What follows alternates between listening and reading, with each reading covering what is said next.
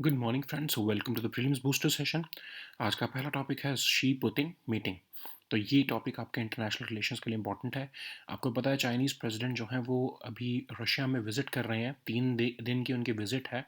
बहुत symbolic visit है, क्योंकि एक तरह से कहा जा रहा है कि रशिया और जो है चाइना एक डी फैक्टो अलायंस बना रहे हैं इस मीटिंग के थ्रू। तो हम देखते हैं कि चाइना और रशिया का मैटर सॉरी चाइना और रशिया का रिलेशनशिप बीजिंग के लिए इतना इम्पोर्टेंट क्यों है। अब रशिया जो है वो चाइना का लार्जेस्ट नेबर है। रशिया का जो इन्फ्लुएंस है सोवियत स्टेट्स में, फॉर्मर सोवियत स्टेट्स में, वो भी अभी भी बरकरार है।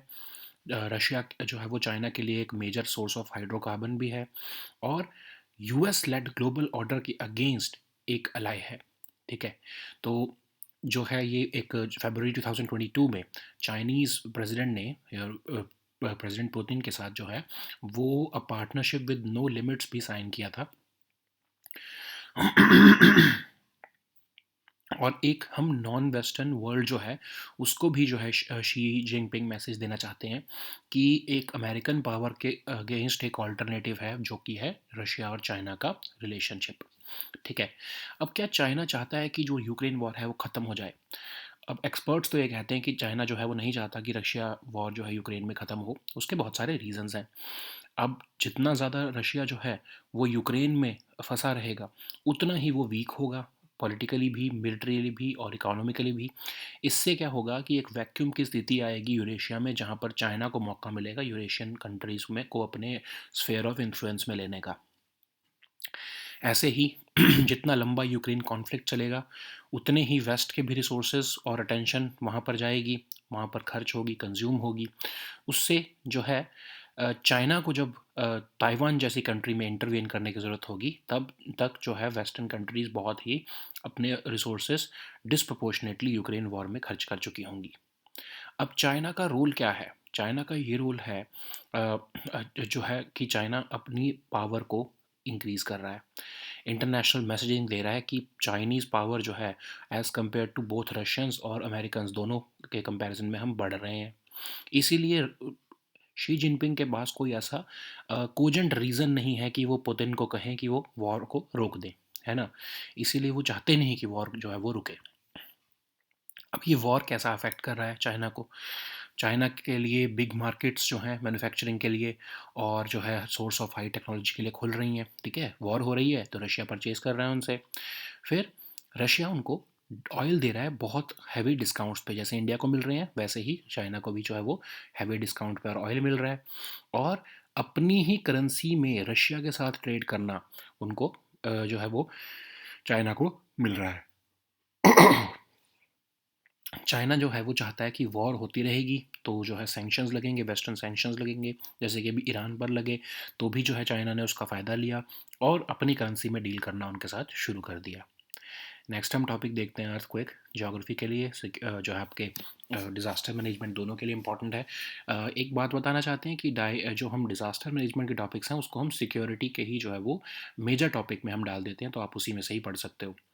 तो अभी आपको पता है कि नॉर्थ इंडिया में बहुत ही तेज़ ट्रेमर्स फील किए गए थे, क्योंकि लगभग 6.5 मैग्नीट्यूड का अर्थक्वेक जो है वो अफ़गानिस्तान में रिसेंटली आया था। तो अर्थक्वेक क्या होता है? इंटेंस शेकिंग ऑफ ग्राउंड, जब टू ब्लॉक्स या फिर टेक्टोनिक प्लेट्स सडनली स्लिप पास करती हैं एक दूसरे के साथ, तो जो स्टोर अप एनर्जी होती है वो रिलीज़ हो जाती है, और ये अर्थ के थ्रू स्प्रेड करती है। जिससे क्या होता है कि जिससे क्या होता है कि जो है ग्राउंड शेक होता है। तो अब जो है रिक्टर स्केल हमने पढ़ा ही था, लेकिन अब मोमेंट मैग्नीट्यूड स्केल भी आ चुका है रिलीज ऑफ अर्थक्वेक को मेजर करने के लिए। ठीक है। तो ये जो है अर्थक्वेक जो है हमारे लिए अभी भी ऐसे हैज़र्ड रह गए हैं जिसको हम प्रेडिक्ट नहीं कर सकते हैं। ठीक है। कोई अर्ली वार्निंग सिस्टम इसके लिए हम प्रेडिक्ट नहीं कर सकते हैं। अब earthquake high risk zones India में कौन से हैं? वेस्टर्न हिमालय के जो है सबसे ज़्यादा मोस्ट जो है डेंजरस सेस्मिक जोन्स में आता है। लेकिन पूरा Himalayan reason, Hindu Kush mountain से लेके एंड ऑफ अरुणाचल प्रदेश तक, ये पूरा का पूरा रीजन ही जो है वो आपके अर्थक्वेक हाई रिस्क जोन में आता है। तो यहाँ पर कभी भी ह्यूज अमाउंट ऑफ एनर्जी जो है वो जो ये स्टोर हुई पड़ी है अलोंग द फॉल्ट लाइंस, ये रिलीज़ हो सकती है और डिवास्टेटिंग अर्थक्वेक्स आ सकते हैं। अब जो अफ़गानिस्तान में अर्थक्वेक आया वो कितना डीप है, क्या कितना बड़ा था? तो 2 तरह के अर्थक्वेक होते हैं, शैलो और डीपर। तो जब शैलो अर्थक्वेक्स, ये वाला जो अर्थक्वेक था ये डीप था। डीप जो अर्थक्वेक होता है वो लेस डैमेज करता है, क्योंकि वो बाय द टाइम जब सरफेस पर आएगा तब तक अपनी जो भी है डिवास्टेटिंग एनर्जी वो लूज़ कर चुका होगा। लेकिन शैलो अगर बहुत ही ऊपर ही जो है वो अगर अर्थक्वेक बन जाता है, तो उससे जो डिस्ट्रक्शन होती है वो सरफेस पर बहुत ज़्यादा होती है। ठीक है? तो जो अर्थक्वेक जो है वो 6.5 मैग्नीट्यूड का था। तो अगर हम 1 मैग्नीट्यूड भी आगे बढ़ें, तो मतलब जैसे अगर 5 मैग्नीट्यूड और 6 मैग्नीट्यूड का कंपैरिजन करना है, तो जो 6 मैग्नीट्यूड अर्थक्वेक है वो 10 टाइम्स हायर होगा एज़ कम्पेयर टू 5 मैग्नीट्यूड। ठीक है? नेक्स्ट हम टॉपिक देखते हैं, Candida auris. Science and tech के लिए इंपॉर्टेंट है, सोशल इश्यूज़ के लिए भी इंपॉर्टेंट है। एक drug resistant potentially deadly fungus Candida orris जो है वो अमेरिका में बहुत तेज़ी से फैल रहा है। Multi drug drug resistant fungus है, और ये पहली बार 2009 में इसको आइडेंटिफाई किया गया था। मोस्टली ये सबसे ज़्यादा जो है आपके हेल्थ केयर सेटिंग्स में जो है ये कॉन्ट्रैक्ट किया जाता है, मतलब कंटेमिनेटेड सरफेस के थ्रू हो सकता है, पर्सन टू पर्सन भी ट्रांसमिशन हो सकता है। जो लोग किसी ना किसी अदर मेडिकल कंडीशन से सफ़र कर रहे हैं, वो सबसे ज़्यादा रिस्क पर रहते हैं इस फंगस को कॉन्ट्रैक्ट करने में। अब ये फंगस कैसे एक्ट करता है बॉडी पे? ये फंगस जो है 2 तरह से एक्ट करता है। या तो ये एक स्पेसिफिक रीजन में रहता है, जैसे स्किन, रेक्टम या माउथ में, जिसको उसमें क्या होता है कि आपको जो है कोई सिम्टम भी नहीं देखने को मिलता, तो काइंड ऑफ ये एसिम्प्टोमेटिक कोलोनाइजेशन होती है, जहाँ पर पर्सन को कोई सिम्टम नहीं देखने को मिलता, लेकिन फिर भी वो इस फंगस को दूसरों को स्प्रेड कर सकता है। ये ब्लड स्ट्रीम या वुंड्स में भी एंटर कर जाता है, और उससे सिवियर इन्वेजिव इन्फेक्शंस हो सकते हैं। अब इसके सिम्पटम्स क्या हैं? सिम्पटम्स इसके हैं, फ़ीवर हो जाएगा, चिल्स हो लगेंगे। लेकिन इसके जो है कई लोग क्या करते हैं, क्योंकि ये फंगस है, तो ये एंटीबायोटिक से ऑफ कोर्स नहीं ट्रीट हो सकता, आपको उसके लिए एंटी फंगल मेडिकेशंस चाहिए, एकिनोस कैंडिन्स कहते हैं जिनको हम, ठीक है? तो अगर हम मोर्टेलिटी रेट देखें इसमें, तो 30 से 60% है। मोस्ट जो है इसके केसेस जो हैं वो ट्रीट हो सकते हैं एंटी फंगल मेडिकेशन से। लेकिन अब ऐसे भी केसेस देखने को मिल रहे हैं, ऐसे जो है वो वैरायटी देखने को मिल रही है, जिससे कि बहुत सारी जो एंटी फंगल मेडिसिन जो हैं वो इस पर काम नहीं कर रही हैं। नेक्स्ट हम टॉपिक देखते हैं, एक्सटेंडेड फंड फैसिलिटी। इकोनॉमी के लिए टॉपिक इंपॉर्टेंट है। आईएमएफ ने रिसेंटली $3 बिलियन का एक्सटेंडेड फंड फैसिलिटी जो है वो श्रीलंका क्लियर कर दी है।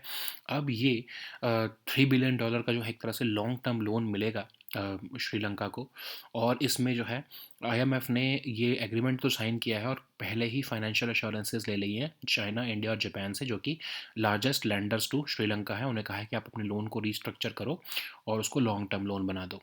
तो हम तीनों कंट्रीज़ जो हैं वो मान चुकी हैं इसके लिए, ताकि श्रीलंका को हेल्प हो जाए। तो एनीवेज, अब एक्सटेंडेड फंड फैसिलिटी होती क्या है? एक लैंडिंग फैसिलिटी है ये आईएमएफ की, जो कि 1974 में एस्टेब्लिश की गई उन कंट्रीज़ को फाइनेंशियल असिस्टेंस देने के लिए जो medium term balance of payment crisis से जूझ रही हैं। अब ये ईएफएफ जो है, ये लॉन्ग टर्म की एक तरह से कमिटमेंट देता है, लॉन्ग टर्म की लोन दे देता है, जिसका रीपेमेंट पीरियड बहुत लंबा होता है, और मेंबर कंट्रीज़ जो कि जिनको एक्सटर्नल फाइनेंसिंग की ज़रूरत है, उनको ये लोन दिया जाता है। ठीक है? लेकिन कंडीशंस क्या होती हैं कि कुछ स्ट्रक्चरल रिफॉर्म्स करने पड़ते हैं अपनी कंट्री में, तभी ये लोन मिलता है। क्योंकि पाकिस्तान इन रिफॉर्म्स को करने के लिए जो है वो राज़ी नहीं हो रहा है, इसलिए आईएमएफ उनको हेल्प भी नहीं कर रहा है। ठीक है? अब ये जो है ड्यूरेशन इसकी अगर हम देखें तो 3 साल तक की ड्यूरेशन होती है मिनिमम, और जो है ये इसकी रीपेमेंट 4.5 से 10 साल के बीच में करनी होती है। ठीक है? अब इंडिया ने क्या कभी ईएफएफ लिया है? यस, 1980 में $3.9 बिलियन का हमने ये इसकी जो है एक्सटेंडेड फंड फैसिलिटी का जो है अमाउंट लिया था।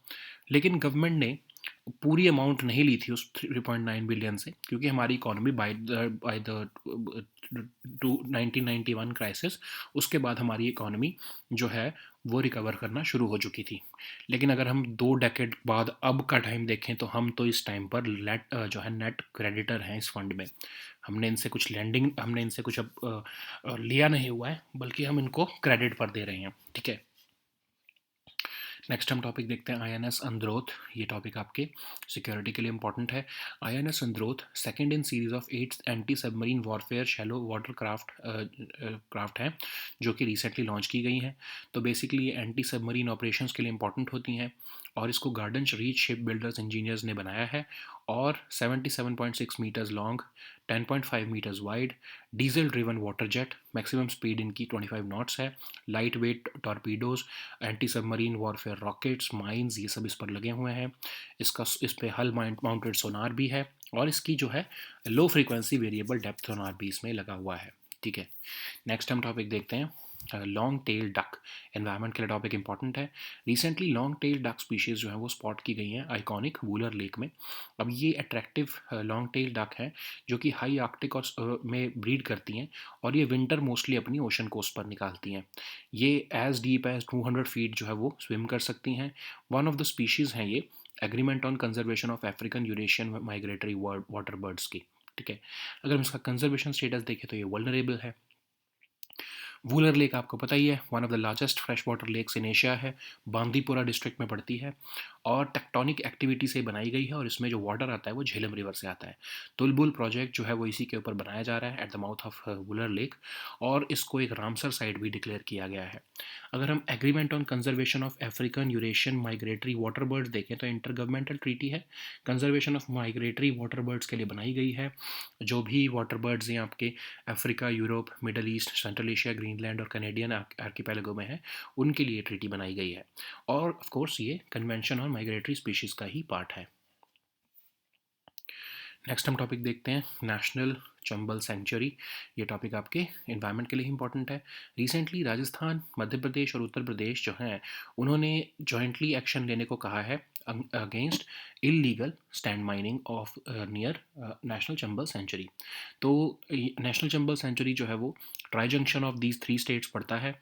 क्रिटिकली एंडेंजर्ड घड़ियाल, लार्जेस्ट पॉपुलेशन ऑफ घड़ियाल जो है वो यहीं पर है। Red ground roof turtle, Ganga river dolphin, ये दोनों भी यहाँ पर देखने को मिलते हैं। चंबल रिवर आपको पता है one of the largest tributaries of Yamuna river है और ये सिंगर चौरी पीक जो आपके विंध्या माउंटेन्स है वहाँ पर से जो है ओरिजिनेट होती है। हदाउती प्लेट्यू जो है राजस्थान का, वो इसके जो है अपर कैचमेंट में जो है चंबल रिवर के पड़ता है। इसकी ट्रिब्यूटरीज और ये मेजर डैम्स यहाँ पर मेंशन किए हुए हैं। नेक्स्ट हम टॉपिक देखते हैं रिवर कोठारी। ये भी इन्वायरमेंट के लिए टॉपिक इंपॉर्टेंट है।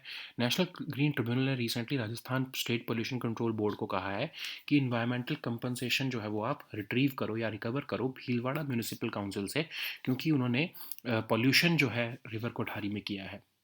तो कोठारी रिवर जो है वो अरावली हिल्स में देवगढ़ के पास से निकलती है। रिवर बानस को जो है ये ज्वाइन करती है। मेजर डैम जो कोठारी रिवर पर है वो ड्रिंकिंग वाटर सप्लाई देता है भीलवाड़ा डिस्ट्रिक्ट को। सो नेशनल ग्रीन ट्रिब्यूनल के बारे में अगर हम देखें तो नेशनल ग्रीन ट्रिब्यूनल एक्ट 2010 के अंदर इसको जो है बनाया गया है। न्यू दिल्ली इसका प्रिंसिपल प्लेस ऑफ सिटिंग है। एक चेयरपर्सन होते हैं इसमें और जुडिशल मेंबर्स और एक्सपर्ट मेंबर्स होते हैं। 5 साल का टर्म होता है। री एलिजिबल के लिए रीअपॉइंटमेंट के लिए एलिजिबल नहीं होते हैं।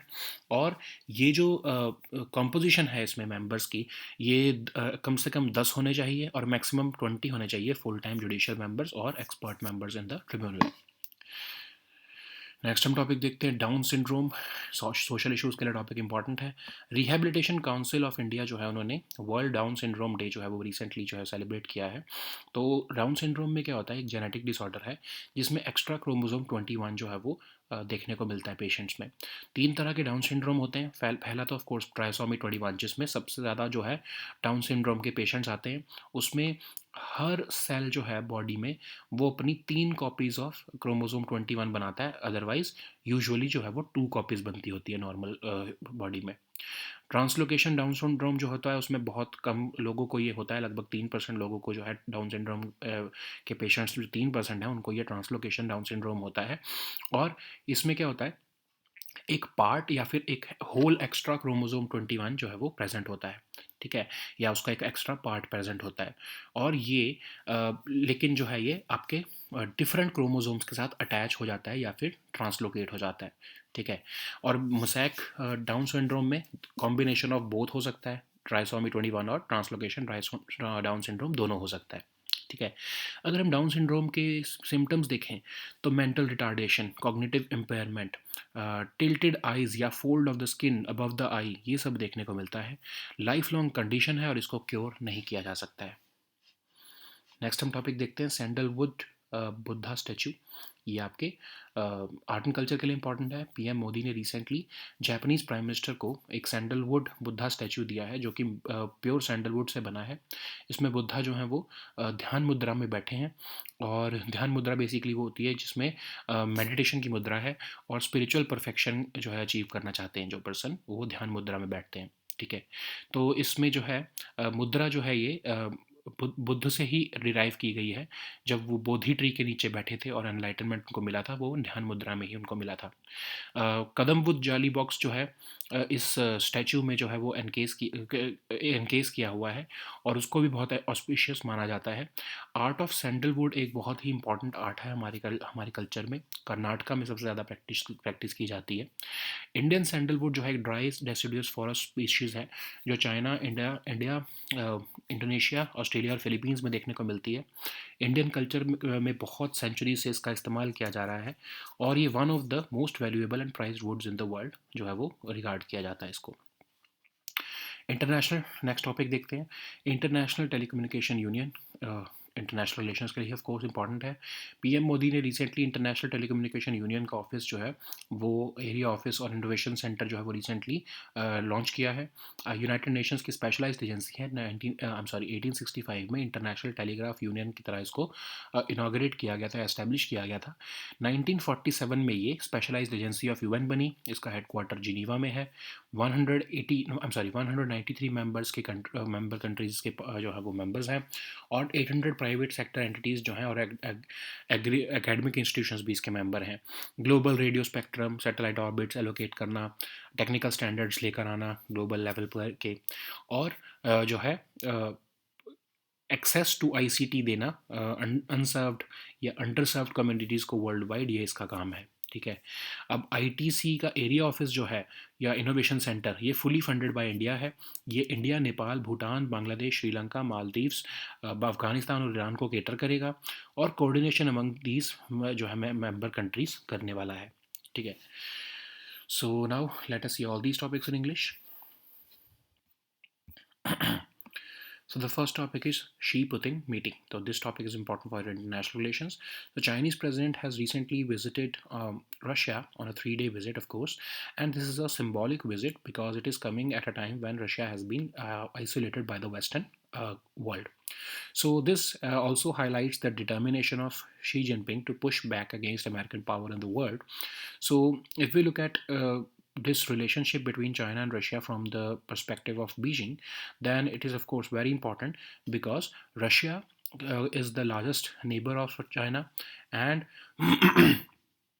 Russia continues to exercise influence in many of the, or rather all of the former Soviet states, and Russia is also a major source of hydrocarbon energy for Chinese manufacturing and technology. China sees Russia as an ally in its opposition to Western liberal ideas and US-led global order. Chinese president declared a partnership with no limits during Putin's visit to Beijing in early 2022. So China also wants to show to the non-Western world that there are alternatives to American power, and ideas of how the world should be run. So does China want to the war to end? Of course, does China has no incentive to make peace between Russia and Ukraine. It just wants the war to go ahead because it is weakening Russia militarily, economically, and politically. So this will create a vacuum in Eurasian region so that China can step in. A prolonged conflict in Ukraine will also deplete Western or American attention and resources. So in case Beijing has to take action in Taiwan, it will have an upper hand at that time. So China is also increasing its role, and it is showing to the rest of the world that we are more powerful than Russians and Americans. So there is, of course, little reason for President Xi to convince Putin to stop this war. So this war is affecting China also. It is giving rather in a positive way, because it has opened up big markets for Chinese manufacturing and sources for high technology. So there are sanctions on Russia. So many of the countries are unable to secure high-end technology from Russia. So this has opened a vast market for Chinese products. China is also taking uh, or procuring oil at deep discounts from Russia, and it is also using its influence to trade in Chinese yuan with Russia and other countries who have been sanctioned by the West. So the next topic is earthquake. This topic is important for your geography and disaster management sections. So tremors have been felt in Delhi and other parts of North India. So what is an earthquake? It's an intense shaking of ground because caused by the movement under the Earth's surface. So it happens when two blocks, that is the tectonic plates of Earth, suddenly slip past one another. So they spread throughout the Earth, and they cause shaking of the ground. So these are measured on two kind of scales. The latest one being the moment magnitude scale, and the other is a richer scale. Okay, so earthquake is the most common natural hazard which we have not been able to predict, even with any warning system, because there are no such early warning systems in this case. So in India, the Western Himalayas, rather the entire 2500 kilometer stretch from Hindu Kush to Arunachal Pradesh Himalaya, is the high risk zone. So huge amount of energy has been stored along these fault lines, and they can be released anytime in the future. So this recent earthquake was a deep earthquake. That's why it had caused less damage. Whereas if it was a shallow earthquake, then of course it would have been very close to the surface. Then it would have caused devastating impact. So what is the difference between one magnitude? So if we compare with five magnitude, if we compare five magnitude with six magnitude, then this difference of one magnitude means that the magnitude 6 earthquake is 10 times higher in amplitude than magnitude 5 earthquakes. So the next topic is Candida auris. This topic is important for your science and tech section. So recently, a drug resistant and potentially dangerous or potentially deadly fungus Candida auris has been reported from the US. It's a multi-drug resistant fungus which is capable of causing invasive infections in human body. It was first identified in Japan in 2009, and most of the cases have been reported from healthcare settings where the person gets this from contaminated surfaces or from person to person transmission. People who are already suffering from other medical conditions are at the most risk of contracting this fungus. So this fungus either lives on a specific region, or it can also enter the blood through the blood streams or wounds. So it when it is living on a particular surface of the skin, like skin, rectum, or mouth, it is living in an asymptomatic colonization. So patient has no symptoms, but it can spread this fungus to other people. So what are the symptoms? Of course, generally the symptoms include fever and chill. So no antibiotics would work on them, because this is a fungus, and only antifungal medications can work on it. But it has been seen that there is a rise in cases which are resistant to main three classes of antifungals. So that's why the fatality rate has increased to 30 to 60% in these cases. So the next topic is extended fund facility. This topic is important for your economy section. So IMF has recently cleared a $3 billion extended fund facility for Sri Lanka after talking with or after taking requisite financial assurances from Sri Lanka's three top lenders: China, India, and Japan. So all of them have supported Sri Lanka's debt restructuring. So what is this extended fund facility? So it's a lending facility of the IMF, which was established in 1974. It provides financial assistance to countries which are facing medium term balance of payments crisis or problems. So it offers long program engagement and long repayment period. So all member countries are eligible, or who are basically facing any external financing or external crisis, external sector crisis, they can access this, but they have to uh, fulfill the criteria of initiating structural reforms suggested by the IMF. So typically the period of these loans are 3 years, but the repayment has to be done between 4.5 to 10 years period. India has also availed EFF in the past, in 1980 and in 1991, but we have not availed the full amount because our economy recovered and we repaid the amount in due time. Okay, currently India has emerged as a major creditor to the fund, forget being a debtor. So now we are rather putting our money into this fund. So the next topic is INS Androth. This topic is important for your security section. So INS Androth is the second in series of 8 anti-submarine warfare shallow watercraft, which has been launched recently. It has been built by Garden Reach shipbuilders and engineers in Kolkata. So it conducts anti-submarine operations and will also help in mine laying operations. So it is 77.6 meters long, 10.5 meters wide. It is diesel driven, it is propelled by diesel driven water jets, and it can attain a maximum speed of 25 knots. So it carries lightweight torpedoes, ASW anti-submarine warfare rockets and mines, and there is also a sonar, a low frequency variable depth sonar on it. So the next topic is long-tailed duck. This topic is important for your environment section. So recently, at the iconic Wooler Lake, a long-tailed duck species have been spotted after 116 years. So these long-tailed ducks generally breed in the high Arctic, and they spend their winters mostly along the ocean coasts. They can swim as deep as 200 feet to forage. So these are one of the species of the agreement on the conservation of African Eurasian migratory water birds. So these are categorized as vulnerable species. So if we look at the Wular Lake, it is one of the largest freshwater lakes in the Asia. Uh, it is located on the in the Bandipora district of Jammu and Kashmir, and it was formed as a result of tectonic activity. It is fed by the Jhelum River, and Tulbul project is also located at the mouth of Wular Lake. It has been designated as one of the Ramsar sites in India.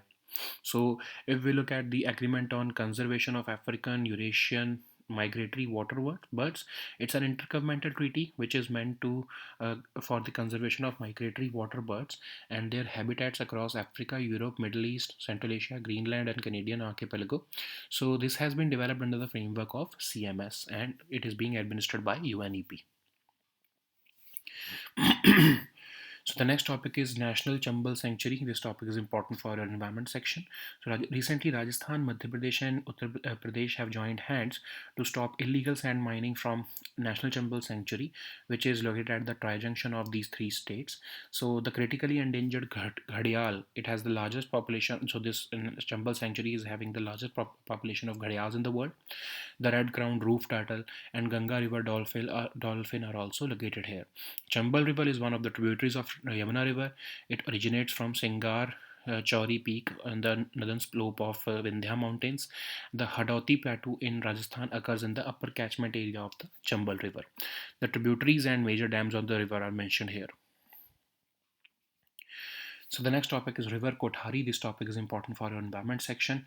So recently, NGT has directed Rajasthan State Pollution Control Board to recover environmental compensation from Bhilwara Municipal Council for the failure to take action to remedy the pollution of River Kothari.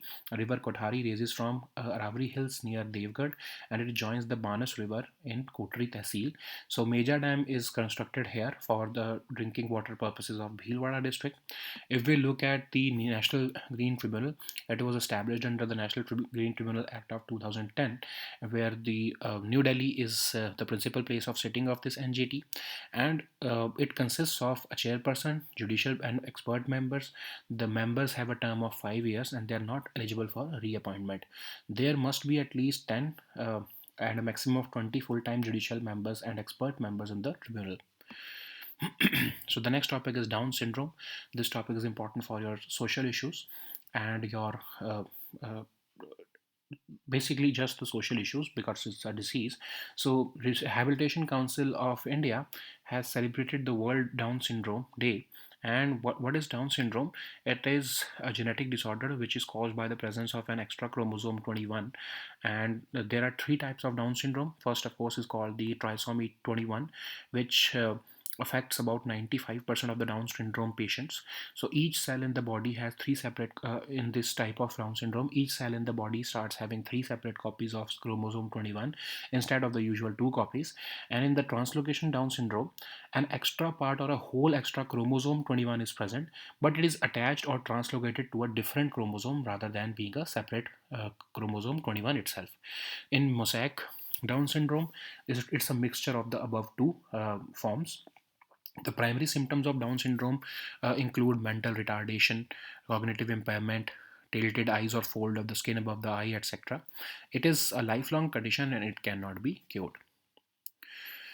So the next topic is Sandalwood Buddha statue. This topic is important for your art and culture section. Recently, PM Modi has presented a Sandalwood Buddha statue to Japanese Prime Minister during his 2-day visit to India.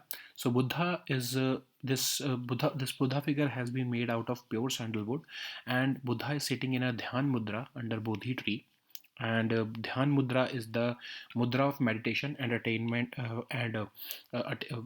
through which attainment of spiritual perfection can be made. So this mudra is also derived from Buddha, and when he was meditating under the Bodhi tree before his enlightenment. So it is also, this sandalwood Buddha statue also consists of a kadam wood jali box in which the statue has been encased, and it is considered auspicious in our culture. So art of sandalwood has been an exquisite art, and it is being practiced in Karnataka for centuries. If we look at the sandalwood tree, it's a dry deciduous forest species which is native to China, India, Indonesia, Australia, and Philippines, and it has been one of the most important part of our culture for centuries, and it is regarded as one of the most valuable and prized woods in the world. So the next topic is International Telecommunication Union. This topic is important for international relations. PM Modi has recently inaugurated the new International Telecommunication Union Office and Innovation Center at Vigyan Bhavan. So it's a United Nations specialized agency which was established in 1865 as International Telegraph Union. It became a specialized agency of United Nations only in 1947. So its headquarters is located in Geneva. It has now 193 members as member countries, and 800 private sector entities and academic institutions as its members. So it allocates global radio spectrum and satellite orbits. It coordinates technical standards related to the telecommunication sector at the global level, and it also aims to improve access to information and communication technologies to underserved communities in the world. India has been a member of ITU since 1869 and has been a regular member of ITU Council since at least 1952. So this area office is fully funded by India, and it will serve India, Nepal, Bhutan, Bangladesh, Sri Lanka, Maldives, Afghanistan, and Iran, and it is located at the second floor of C. Dot building at Mehrauli in Delhi. It will enhance coordination among these nations and foster mutually beneficial economic cooperation in the region. So, these were our topics for today. We'll meet next time with new topics. Until then, goodbye and take care.